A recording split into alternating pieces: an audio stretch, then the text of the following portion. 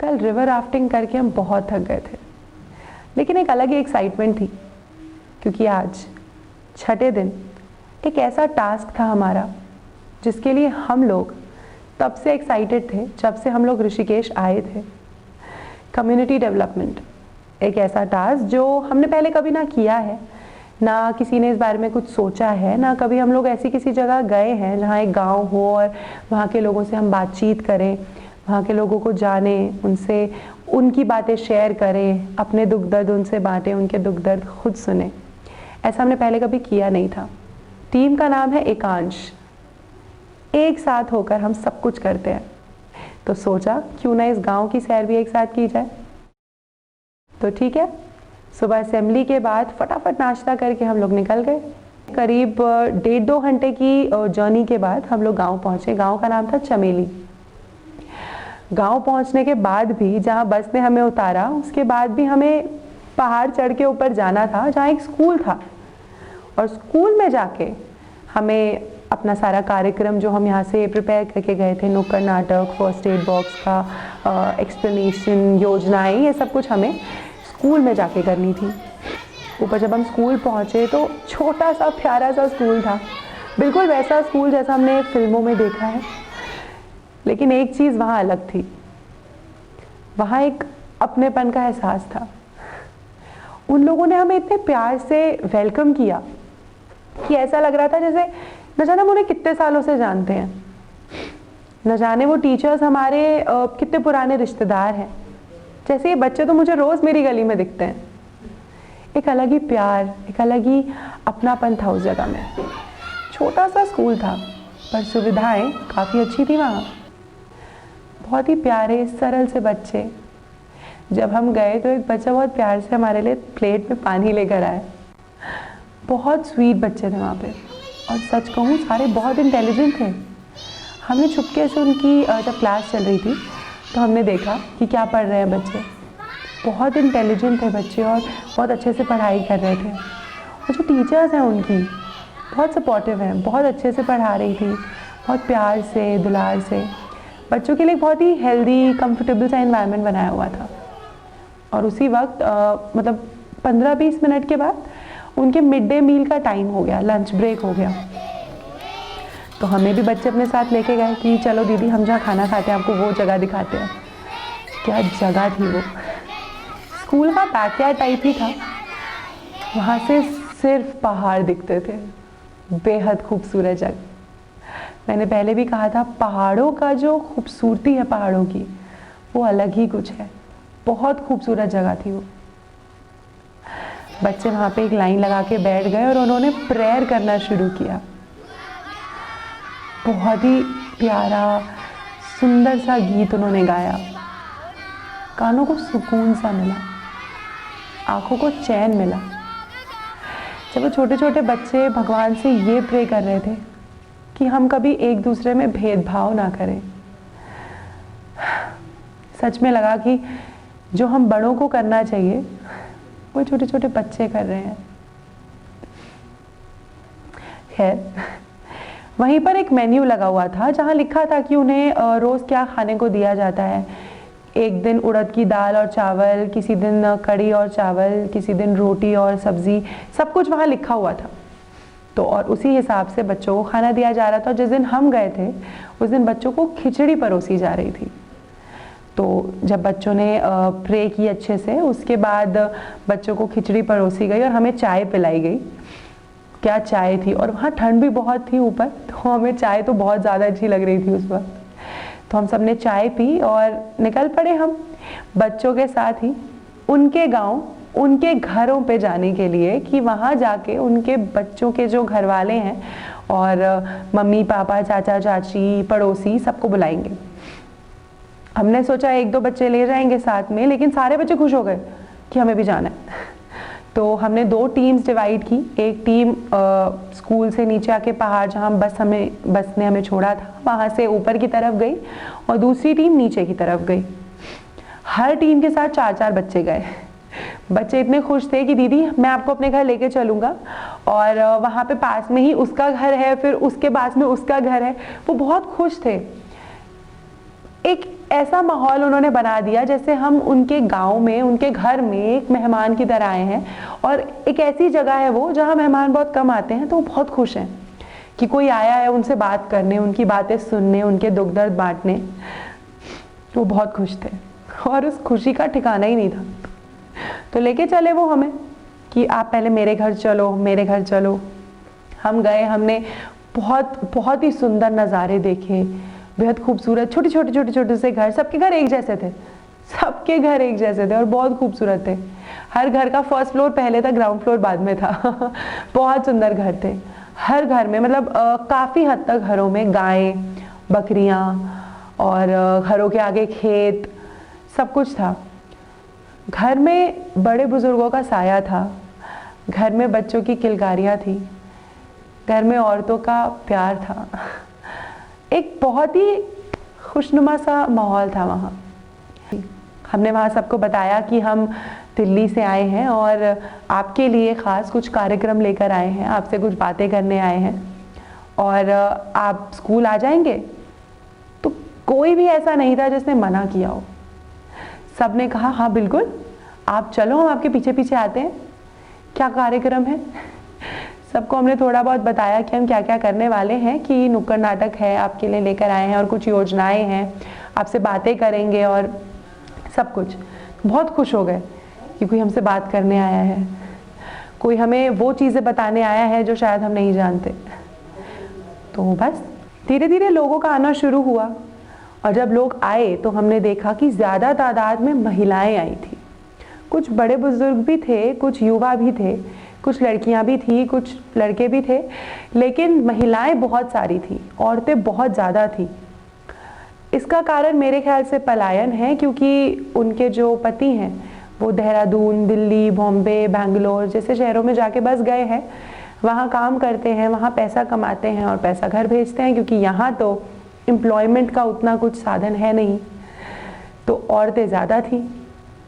हमने जल्दी से सबको बिठाया, सबके लिए कुर्सियाँ लगाई, बच्चों के लिए दरियाँ बिछाई, सबको बिठाया कि हम अपना कार्यक्रम शुरू कर सकें। हमने एक छोटा सा इंट्रोडक्शन दिया अपने बारे में कि हम कौन हैं, कहाँ से आए हैं, टीम के हर एक मेंबर का नाम बताया और अपना मकसद बताया कि हम यहाँ क्यों आए हैं। और उसी के साथ फिर हमने अपना नुक्कड़ नाटक जो हम यहाँ दिल्ली से तैयार करके गए थे उनके लिए, वो शुरू किया।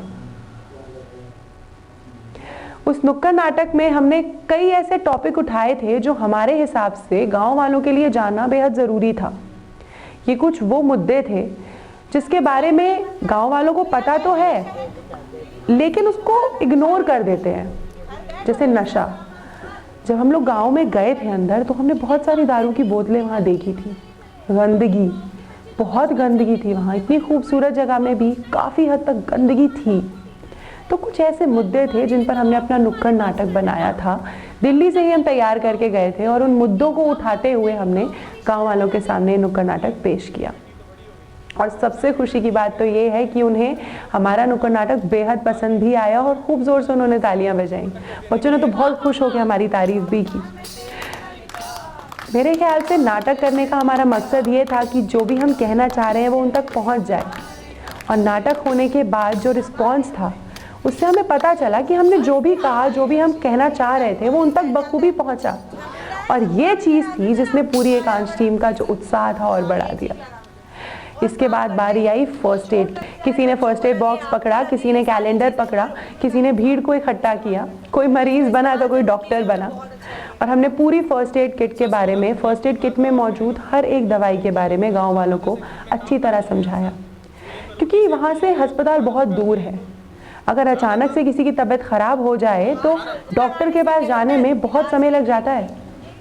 और ऐसे कुछ दवाइयाँ हम उन्हें देकर आए, ऐसी कुछ सुविधाएं हम उन्हें देकर आए जो वो उसी वक्त यूज़ कर सकते हैं और उसका इस्तेमाल करके उसी वक्त वो उन बीमारियों से टेम्पररी बेसिस पर इलाज कर सकते हैं। तो एक तोहफा था उनके लिए जो भारतीय विद्या भवन की तरफ से हम लेके गए थे कम्युनिटी डेवलपमेंट के टास्क में, और उस फर्स्ट एड किट को हमने उन्हें गिफ्ट किया। पहले पूरी अच्छी तरीके से समझाया कि कौन सी दवाई किस काम आएगी और फिर वो डिब्बा उनको तोहफे में दे दिया। उसके बाद बारी आई सरकारी योजनाओं की। जी हाँ, सरकारी योजनाएं जो उत्तराखंड की सरकार ने बनाई है गांव के विकास के लिए, गांव वालों के विकास के लिए, गांव में एम्प्लॉयमेंट लाने के लिए, गांव में सफाई बढ़ाने के लिए, गांव की बेटियों को आगे बढ़ाने के लिए। लेकिन ताज्जुब की बात यह है कि गांव वालों को इन योजनाओं के बारे में कोई खास खबर नहीं थी। जानते थे कि हाँ ऐसा कुछ है, लेकिन इसके बारे में क्या करना है, कहाँ जाना है, ये पैसा कैसे मिलेगा, किससे जाके बात करनी है, किसको बोलना है, किससे पूछना है, कहाँ पैसा डालना है, कहाँ से पैसा निकालना है, इन लोगों को इस बारे में कोई नॉलेज नहीं थी। तो इन बातों पर भी रोशनी डाली हमारी टीम ने। हमने उन्हें योजनाओं के बारे में बताया, योजनाओं की गहराइयों के बारे में बताया, उन्हें बताया कि इन योजनाओं के बारे में बातचीत करने के लिए वो किसके पास जा सकते हैं, कौन उन्हें सही गाइड करेगा, कौन उन्हें सही तरीके से समझाएगा कि क्या करना है, कैसे करना है और किस सिचुएशन के लिए कौन सी योजना ठीक है। तो उसके बाद हम दिल्ली से काफ़ी सारा सामान लेके गए थे बच्चों के लिए, जिसमें drawing books, sketch pen, colours, औरतों के लिए शॉल्स, बच्चों के लिए खिलौने, लड़की और लड़कों के लिए किताबें और कुछ घरेलू सामान, कुछ डेकोरेशन का सामान था जो टीम एकांश ने अपने अपने सोर्सेज से कलेक्ट किया था और बड़े बड़े बैग बना के, ब्रीफकेस बना के हम लोग गांव वालों के लिए सामान लेके गए थे। अब हमने सोचा इस चीज़ को थोड़ा सा इंटरेस्टिंग बनाया जाता है, तो जो ड्राइंग बुक्स थी वो हमने बच्चों को दे दी और बच्चों से कहा कंपटीशन रखते हैं, जो बच्चा सबसे खूबसूरत ड्राइंग करेगा उसे हम सबसे अच्छा गिफ्ट देंगे। और गिफ्ट के नाम पे यकीन मानिए बच्चे इतने एक्साइटेड हो गए कि उसी वक्त उन सबने कलर्स खोले और एकदम से ड्राइंग करना शुरू कर दिया। लगा छोटे छोटे से बच्चे, हमें लगा अच्छी ड्राइंग कर लेंगे, लेकिन सारे के सारे आर्टिस्ट थे, मैं बता रही हूँ आपको, बहुत खूबसूरत ड्राइंग उन्होंने की, बहुत खूबसूरत कलरिंग उन सब ने की। बहुत प्यार से हमें भी बिठाया कि आप भी हमारे साथ ड्राइंग करो, दीदी कैसा लग रहा है, अच्छा तो बना है ना। तो वो सब देख के ना हमें अपने बचपन की याद आ गई कि बचपन में हम भी ऐसे ही करते थे। वो कलर, ग्रीन कलर पेड़ से बाहर जा रहा होता था, तो हम भी बैठ गए, हमारी टीम भी बैठ गई और उनके साथ कलर करने लग गई। फिर बारी आई औरतों की, युवाओं की। तो हमने अपनी टीम को 2 हिस्सों में डिवाइड किया। टीम में 10 लड़के थे और 3 लड़कियां थी। तो 10 लड़के जो थे वो जो हमारे बड़े बुजुर्ग थे, जो लड़के आए थे, युवा आए थे, उनसे जाके कुछ बातचीत करने लग गए, उनका नाम जाना, उनका एम जाना कि वो ज़िंदगी में क्या करना चाहते हैं, उन्होंने कहाँ तक पढ़ाई की है, उनसे बातें की, उन्हें अपनी बातें बताई, उन्हें बताया कि हमने क्या क्या किया है, हमने कितना स्ट्रगल किया है, उनका स्ट्रगल हमारे स्ट्रगल से कितना बड़ा है, सब कुछ उन्हें बताया। और उन्हें कुछ ऐसी चीज़ें भी बताई जो शायद वो नहीं जानते थे, और कुछ चीज़ें ऐसी थी जो हम थोड़ा सा ज़्यादा उनसे जानते थे, तो हमने सोचा कि क्यों ना अपनी नॉलेज को उनसे शेयर किया जाए। तो जो हमारी टीम के लड़के थे उन्होंने उन युवाओं से, बड़े बुजुर्गों से बहुत हंसी मजाक किया, बातचीत की और उन्हें काफ़ी ऐसी चीज़ें बताई, उनके दुख दर्द सुने और उन्हें उस चीज़ का सल्यूशन भी दिया। और फिर नंबर्स लिए एक दूसरे का कांटेक्ट नंबर लिया और कहा, वादा किया कि व्हाट्सएप पर तो कम से कम बातचीत करते रहेंगे, कुछ नहीं तो गुड मॉर्निंग गुड नाइट के टेक्स्ट तो भेजते ही रहेंगे, ताकि एक संबंध बना रहे, कांटेक्ट बना रहे। वहीं दूसरी तरफ लड़कियों ने पहले बच्चों को संभाला, बच्चों के साथ डांस वगैरह तो हम पहले कर चुके थे, बच्चों के साथ हमने कलरिंग की और बहुत एंजॉय किया। बच्चों को चौकोपाई दी, जो बच्चे बहुत अच्छी ड्राइंग कर रहे थे उन सबको पहले हमने सिर्फ उनको चौकोपाई दी, फिर बाकी सारे बच्चे हमें ऐसे देख रहे थे कि हमें भी चाहिए, तो सबको चौकोपाई हम लोगों ने दी, क्योंकि मीठा तो सबके लिए ही था, सबका मुँह मीठा हमें कराना था, तो हमने उन्हें भी चौकोपाई दी। हाँ, महिलाओं से जब मेरी बातचीत हो रही थी तो उन्हें कुछ ऐसे टॉपिक के बारे में भी हमने उनसे बात की जो मुझे लगता है जानना उनके लिए काफ़ी ज़रूरी था। और सबसे ज़्यादा हैरान करने वाली बात ये थी कि उन बातों के बारे में उन्हें कुछ खास नॉलेज नहीं थी। हाइजीन, एजुकेशन, हेल्थ, इन चीज़ों के बारे में हमें उनसे काफ़ी विस्तार में बातचीत हमें करनी पड़ी, क्योंकि वहाँ जो लड़कियाँ हैं उन्हें इन चीज़ों के बारे में कुछ खास पता नहीं था।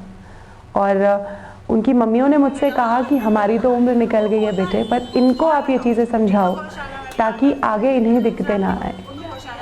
सच कहूँ इतना प्यार मिला वहाँ कि वक्त का पता ही नहीं चला। लेकिन जब हमारी नज़र सूरज की ओर पड़ी और हमने देखा कि सूरज महाराज तो ढलने लगे हैं, तो हमें भी लगा कि अब वापस चला जाए, बहुत देर हो चुकी है। मन किसी का नहीं था, लेकिन मन तो कर रहा था कि बस वहीं बैठे रहें, उनसे बातें करते रहें। बहुत प्यार मिला वहाँ। एक ऐसा परिवार मिला वहाँ, इतना बड़ा खूबसूरत परिवार, जिन्होंने हमें अपना परिवार का एक हिस्सा बना लिया था, अपना बच्चा बना लिया था। बहुत प्यार कर रहे थे हमें।